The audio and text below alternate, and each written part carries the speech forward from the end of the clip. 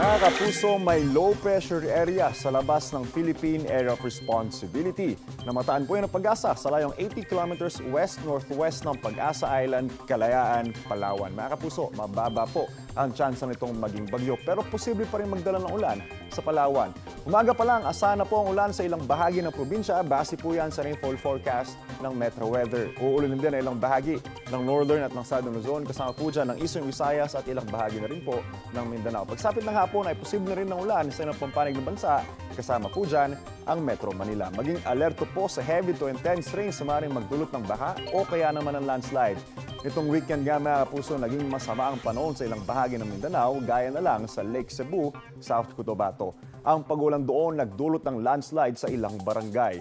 Pansamantala ding hindi nadadaanan ng isang kalsada dahil sa mga bato at lupa na tinangay ng rumagasang tubig. Binaha rin ang National Highway sa barangay Ladol sa Alabel, Sarangani.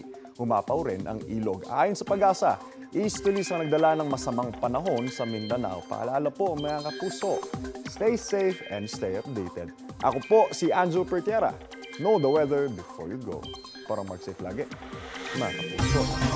Kapuso, huwag magpapahuli sa latest news and updates. Mag-iuna ka sa balita at mag-subscribe sa YouTube channel ng GMA Integrated News.